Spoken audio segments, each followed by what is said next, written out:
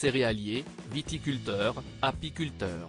Chaque année, bon nombre d'agriculteurs décident de mettre leur destin amoureux entre les mains du célèbre programme de romance de M6. Alors que cette 18e édition touche bientôt à sa fin, Roméo, le candidat originaire d'Auvergne, s'est laissé aller à quelques confidences sur sa participation.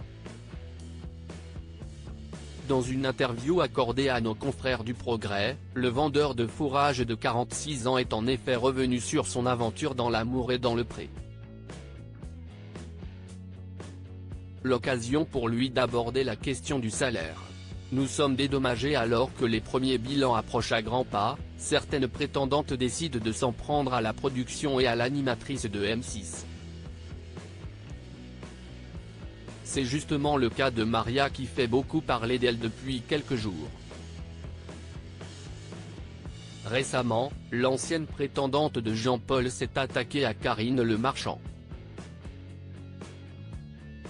Elle n'a d'ailleurs pas hésité à révéler le salaire à 6 chiffres de la présentatrice de l'ADP.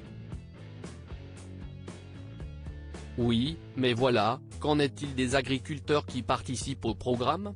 Les candidats sont-ils rémunérés? Au cours de cet entretien, Roméo a fait des révélations à ce sujet.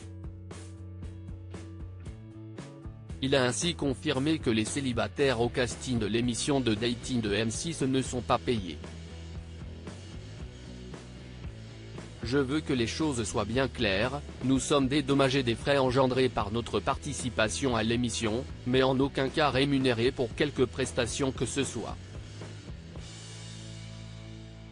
Roméo, l'amour est dans le pré, @M6 Roméo évoque le séjour à la ferme dans l'amour et dans le pré à l'instar des autres candidats de l'ADP, le passionné de course automobile, qui a récemment perdu un être cher, a proposé à ses deux prétendantes de venir passer quelques jours sur son exploitation.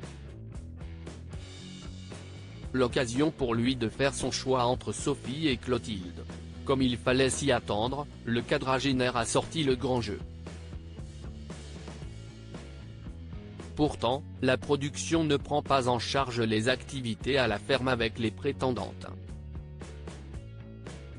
Par exemple, pour la semaine où j'ai accueilli Sophie et Clotilde, mes deux prétendantes, les remboursements de la part de la production n'ont absolument pas couvert l'ensemble des dépenses globales. Mais c'est le jeu et j'ai fait le choix de proposer de jolies activités aux femmes que j'ai accueillies dans ma ferme. Et c'est sans regret. L'agriculteur a donc mis la main à la poche. Quoi qu'il en soit, son objectif est de trouver l'amour et non de gagner de l'argent.